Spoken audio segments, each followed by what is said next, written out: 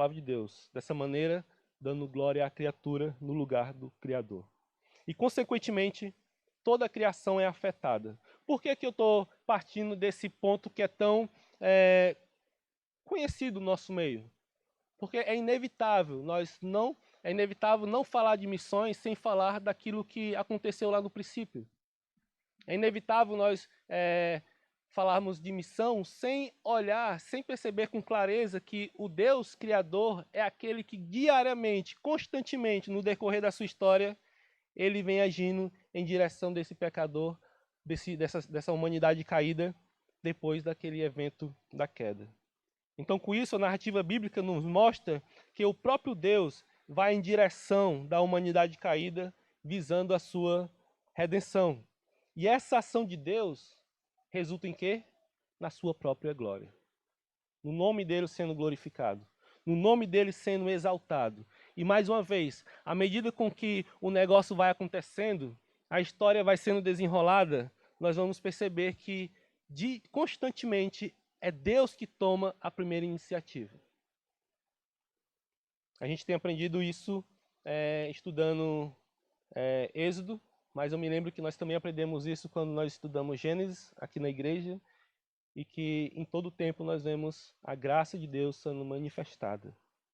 A graça de Deus sendo manifestada. Então, à medida com que essa história vai sendo desenrolada, nós vemos que o Deus que vai em direção ao perdido, ele vai também desvendando para nós o seu plano, o plano redentor. Então, o Senhor, ele escolhe um povo, ele elege um povo, a partir ali de Abraão em Gênesis 12, e aquele texto de Gênesis 12, o que me chama a atenção é que ele não somente escolhe um povo específico ali, representado no momento por Abraão, mas ele também faz algumas promessas naquele povo. E a promessa que mais se destaca para mim é aquela que as famílias seriam abençoadas, todas as famílias da terra seriam abençoadas. Isso é algo muito relevante para nós. E lá em Êxodo, quando nós chegamos no livro de Êxodo, nós vemos que agora aquela promessa, ela passa a se tornar realidade, porque o que nós temos ali é uma nação, a nação do povo de Deus sendo formada e constituída, e agora ali com estatutos e com leis. Essa história com certeza é familiar para você, e eu espero que seja. Mas é importante nós notarmos os detalhes da atuação de Deus, porque tudo isso aqui é muito improvável. A forma como Deus vinha trabalhando e agindo no decorrer da sua história é tudo muito improvável. E eu ouso dizer para você que isso é feito de maneira consciente por parte de Deus. Ele não escolheu uma nação poderosa. E olha que tinha muitas nações poderosas naquele tempo. Nós conhecemos a história. Mas Deus opta por escolher um camarada, Abraão. Quem era Abraão? Quem era Abraão? Um cara pertencente a um idólatra, não é uma família idólatra. Mas o Senhor, na sua soberania, ele escolhe aquele camarada e a partir dele agora ele é feita a promessa que dele sairia muitos filhos. E detalhe, sua esposa era estéril. Tinha tudo para dar errado. Tudo muito improvável. E por que Deus faz isso? Porque o foco em toda essa narrativa não é na pessoa de Abraão, não é na pessoa de Sara, não é na pessoa de Moisés, mas é na glória de Deus manifestada. Na glória de Deus. E sabe por que isso me anima e deveria lhe animar também? É porque se não dependesse da glória de Deus, nós já estávamos perdidos. Tudo tinha dado errado, tudo tinha se desmoronado. Por quê? Porque se Deus não estivesse agindo em direção à sua palavra, em direção à sua promessa, em direção ao seu plano redentor, nada disso teria sido possível.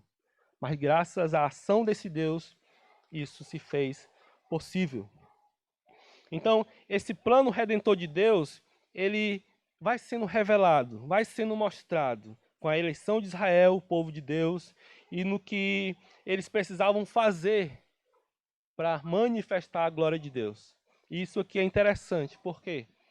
Porque a função de Israel no Antigo Testamento era glorificar a Deus através da sua obediência testemunhar para as outras nações que de fato existe um Deus verdadeiro, um Deus todo-poderoso.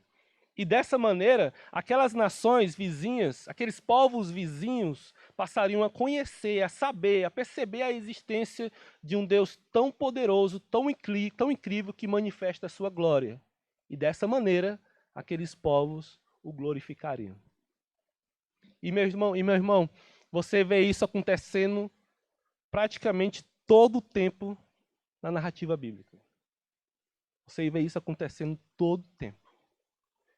Me vem agora em mente, principalmente os episódios de Êxodo. Quando Deus tira o seu povo do Egito, as nações certamente ouviram falar do grande testemunho ali que era a existência daquele povo, porque imagina só, um povo sendo escravizado pelo Egito e agora aquele povo é resgatado. E sem falar no que aconteceu anteriormente com a vida de José, onde mesmo naquela situação deplorável ali, que José se encontrava, mas mesmo assim o Senhor manifestou a sua glória e fez com que os outros povos vizinhos reconhecessem que só Deus é digno de toda a glória. Eu poderia dar vários exemplos e o que me vem em mente agora, nesse momento, é o que eu gosto muito, que é o exemplo de Jonas, por exemplo. Se você lê o livro de Jonas e você conhece aquela história ali do livro de Jonas, você percebe que é outra história improvável. Então, o que nós temos na nossa frente, quando nós lemos as Escrituras, é uma história que tinha tudo para dar errado. Mas por que não dá errado? Porque é a glória de Deus, é o Deus da missão, é a glória de Deus em missões acontecendo todo o tempo. Todo o tempo. Isso deve nos empolgar, isso deve nos encorajar. E como eu estava falando, o plano de Deus ali revelado no seu povo no Antigo Testamento nos mostra que a nação, o seu povo ali, ele precisava testemunhar para os povos. E eu achei muito interessante o que o teólogo e pastor John MacArthur, ele fala em relação a essa questão. Ele resume essa questão no Antigo Testamento de uma maneira muito, muito interessante. Ele fala o seguinte, ele diz que a ação de Deus no Antigo Testamento acontecia da seguinte maneira. Ele fala o seguinte, que podemos dizer que Israel teve a sua própria forma de grande comissão, só que era um chamado para ficar e obedecer, em vez de ir e proclamar. E aí ele vai dizer também que os teólogos se referem a isso como missões, e aqui tem um nomezinho bem chato, mas eu vou tentar falar, missões centrípetas. E parece um termo difícil, né? Parece ter um negócio difícil de explicar, mas nada menos isso significa que era uma missão de atrair, assim como um imã atrai o metal. Então a função de Israel era servir como um imã para atrair as nações. E fazendo isso, como eu falei, eles manifestariam a glória de Deus. Mas eu te pergunto, será que Israel conseguiu fazer isso com excelência? Não. Não conseguiu fazer isso com excelência. Teve alguns momentos, como eu citei, que Israel manifestou a glória de Deus, obedecendo ao Senhor, mas teve outros momentos que não. Mas sabe o que é o mais impressionante? É que mesmo nos momentos de desobediência, Deus, como ele se propõe em manifestar a sua glória, o Senhor sempre se utilizava, sempre usava um ou outro ali para manifestar a sua glória, como por exemplo Daniel e os seus amigos no exílio babilônico. O povo estava lá não porque o povo estava obedecendo a Deus, mas pelo ato de desobediência, o cativeiro veio, mas mesmo lá, a glória de Deus foi manifestada. Mesmo lá, tinha tudo para dar errado. Mas não deu por quê? Porque a glória de Deus é presente em todo o momento. Deus manifesta a sua glória para receber glória. E isso acontece mesmo no momento de ira, como nos momentos de graça. Isso acontece nesses dois momentos. E o coração de Deus de atrair os povos para louvar seu nome é mostrado em todas as partes do Antigo Testamento. Eu quero ler aqui alguns textos com vocês, e o primeiro que eu quero ler é Reis, 1 Reis, capítulo 8. Eu sei que isso é muito forte nos Salmos, como foi lido, Salmo 67. Mas nós também podemos ver em outros momentos aqui da palavra, da história de Deus aqui nas Escrituras.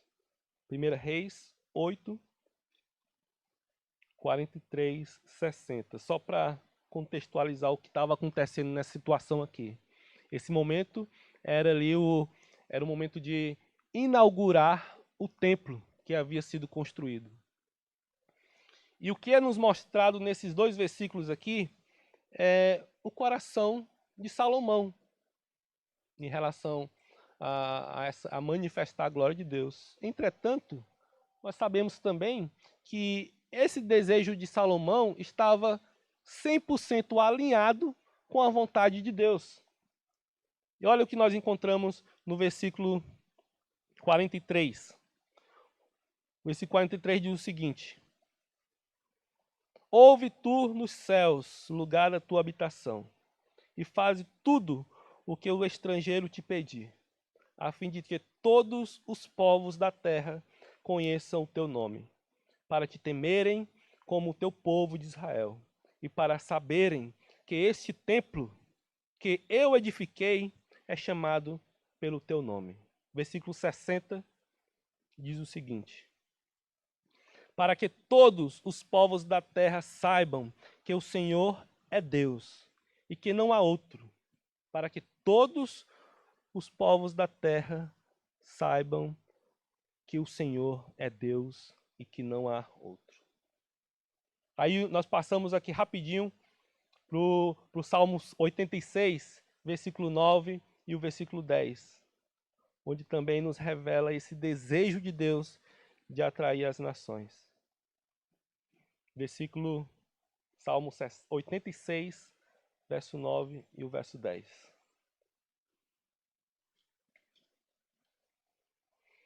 O texto diz assim: todas as nações que fizeste virão, se prostrarão diante de ti, Senhor, e glorificarão o teu nome. Pois tu és digno, pois tu és grande e operas maravilhas, só tu és Deus. E temos muitos outros textos, muitos outros que manifestam esse desejo de Deus. E sabe o que é interessante? É que essa imagem nós podemos ver com clareza e o cumprimento dessa imagem aqui, desse desejo de Deus sendo manifestado lá em Apocalipse.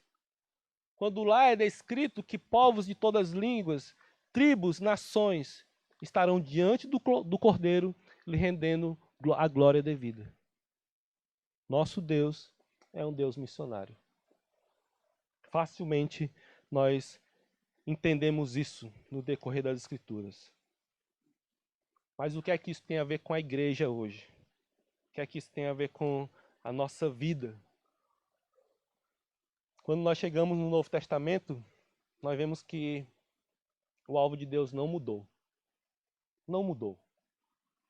Ele continua indo na direção do perdido. Ele continua se movendo em direção do perdido. E aí, é inevitável não pensar no texto de João 3,16.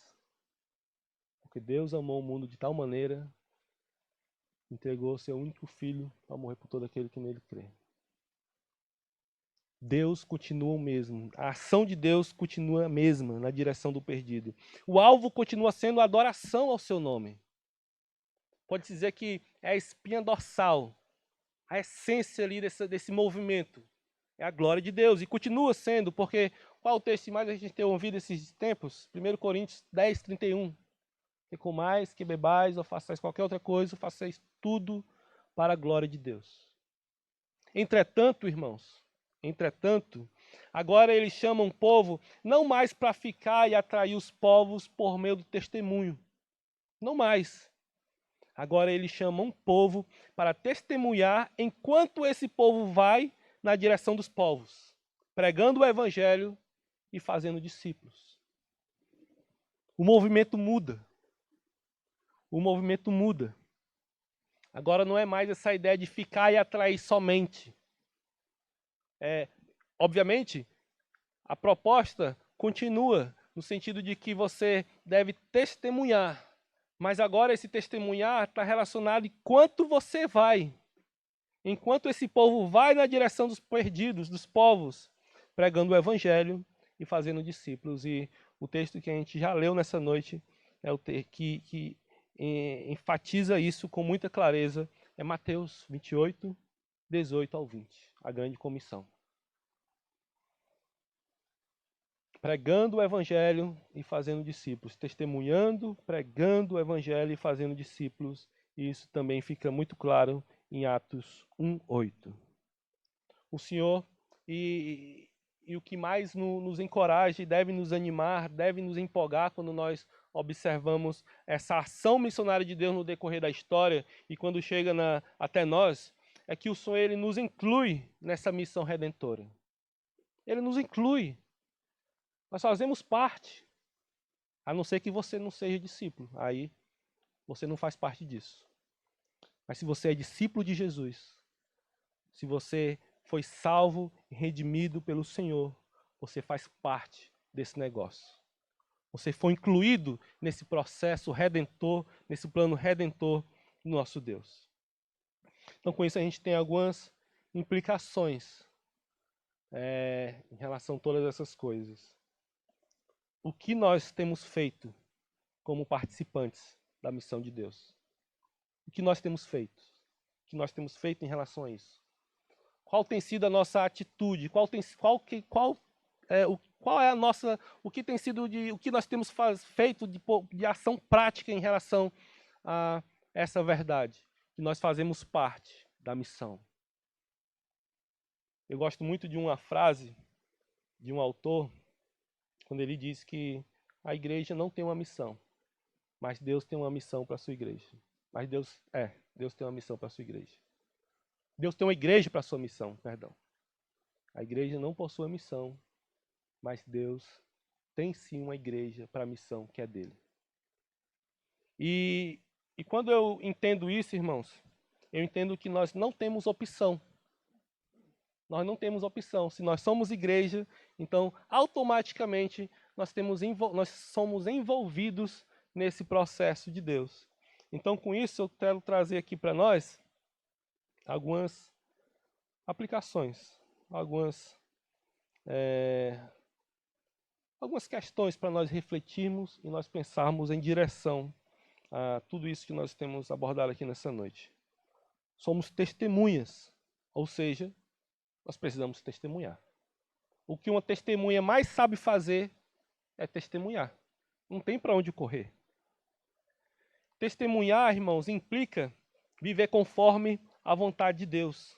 Em outras palavras, e aqui eu pego um gancho da última pregação aqui feita no domingo, é levar o nome de Deus onde quer que estejamos. É glorificar a Deus com o que pensamos. É glorificar a Deus com o que falamos, com o que olhamos e com o que fazemos. É levar o nome de Deus. É testemunhar esse nome aonde quer que estejamos. E aqui eu quero fazer uma rápida observação. É que a vida com Deus é uma mistura de privilégio e de responsabilidade. É um privilégio fazer parte desse processo. É um privilégio sermos igreja, estarmos incluídos nessa missão de Deus. É um privilégio, é algo para nos alegrarmos, é algo para que nós temos prazer, é algo que nós devemos ser gratos diariamente, porque o Senhor, na sua infinita graça e na sua infinita misericórdia, Ele nos incluiu nesse processo.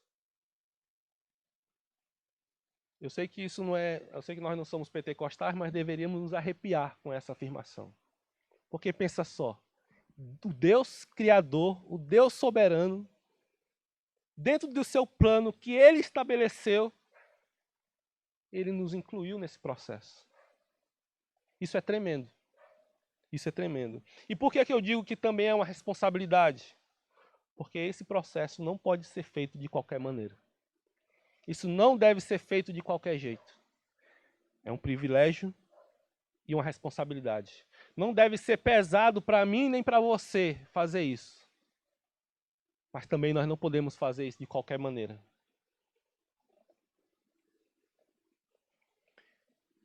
Ter uma vida, testemunhar, ser uma testemunha fiel, ter uma vida piedosa, também envolve a proclamação das boas novas e fazer discípulos. E aqui eu sei que nós temos grupos que infelizmente não têm entendido isso muito bem. Acham que pelo fato de testemunharem, nesse sentido de fazer boas obras, ter uma vida piedosa, acham que isso é tudo. E não é por aí. Não é por aí. Ter uma vida piedosa também envolve proclamar a boa nova e fazer discípulo de todas as nações. Não tem como deixar isso de lado.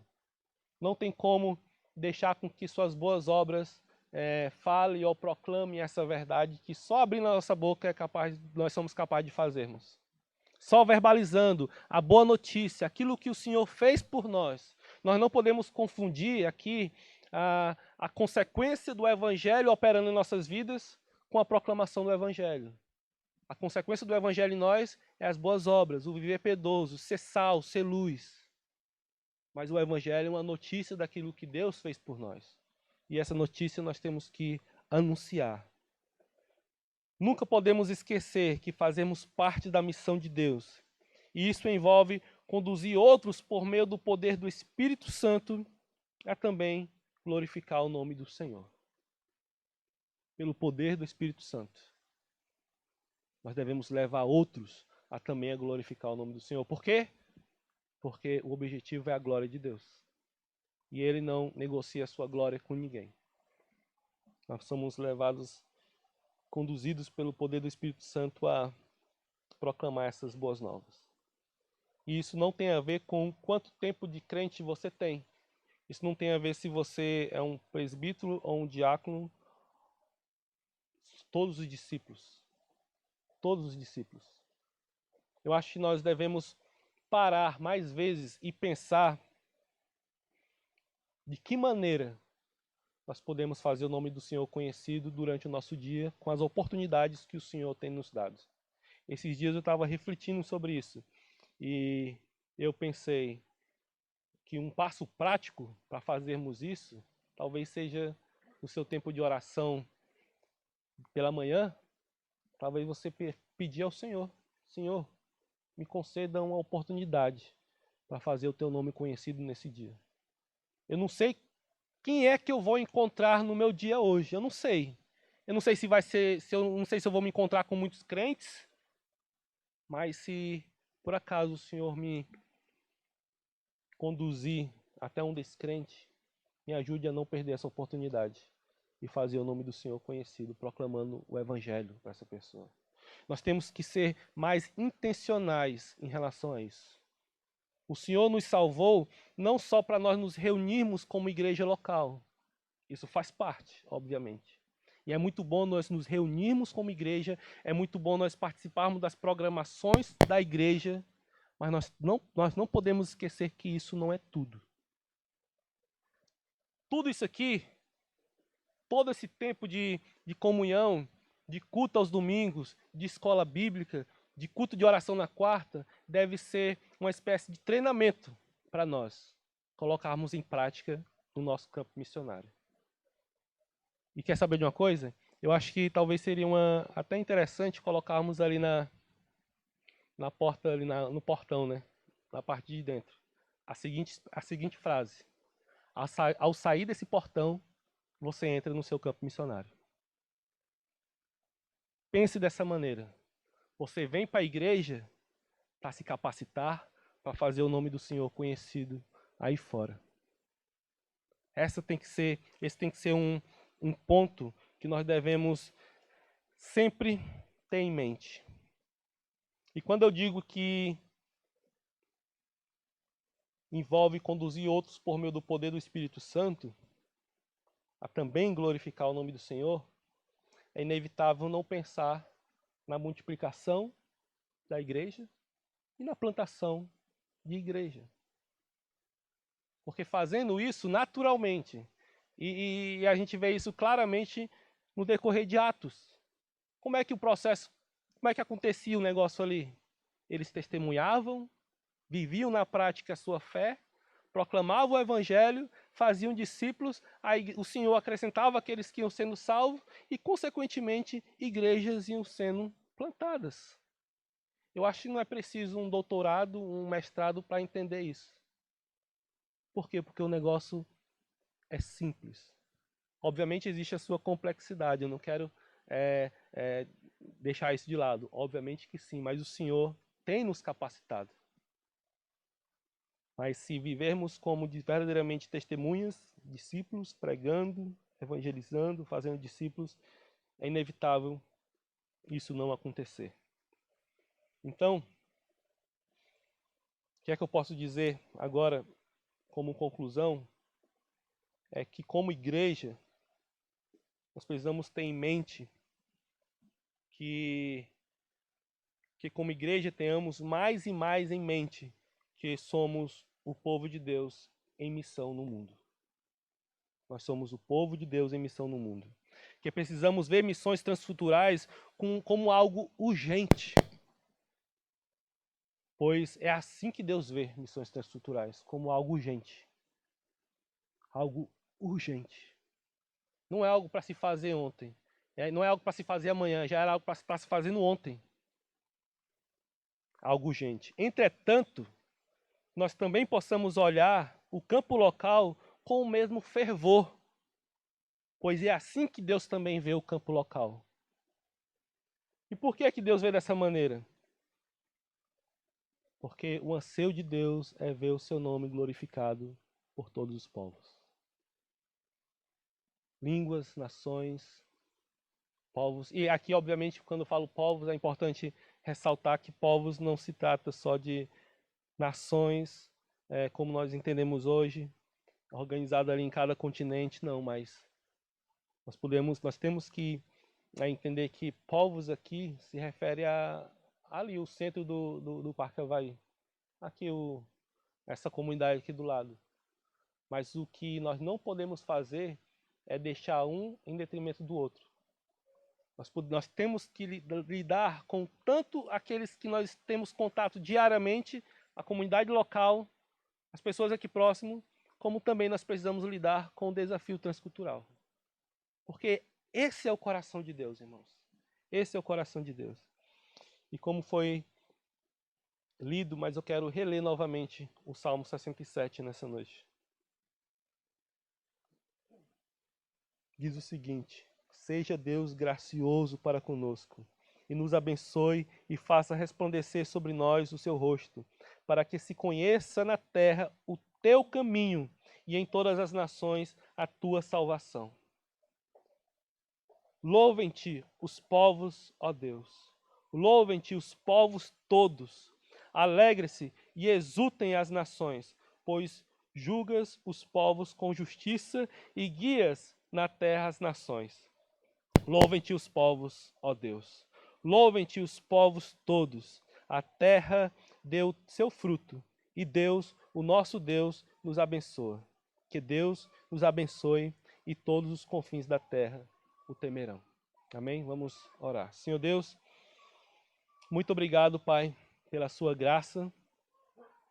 Muito obrigado, Senhor Deus, por nos conceder esse privilégio, Pai, de fazer parte, de ser incluído nesse teu processo, nesse plano redentor que o Senhor estabeleceu, Pai. Pai, que o nosso coração venha, de fato, queimar, Senhor Deus. No sentido de nós não pararmos, ó Senhor Deus, não ficarmos acomodados, mas que a gente venha constantemente, Senhor Deus, glorificar o teu santo nome, Senhor Deus, fazendo o teu nome conhecido, Senhor Deus, entre aqueles que ainda não te adoram, Pai. Sim, Senhor Deus, em nome de Jesus, oramos para que o Senhor nos abençoe, nos conceda graça, porque nós só conseguimos fazer isso, Senhor Deus, pelo poder do teu Espírito Santo, Pai, em nós. Muito obrigado, Senhor Deus, por tudo que o Senhor tem feito no decorrer da história. Muito obrigado por todos os missionários que já foram enviados e aqueles que ainda serão enviados, ó Senhor Deus. Obrigado, Senhor Deus, porque o Senhor é o mais interessado, Senhor Deus, em ver os povos lhe adorando, curvando-se diante do Senhor. Mesmo que seja diante da sua ira, Senhor Deus. Mas certamente no fim, Senhor Deus, todos se prostrarão diante do Senhor, reconhecendo que só o Senhor é Deus. Muito obrigado por tudo, ó Pai. Em nome do teu filho amado Jesus. Amém. Amém.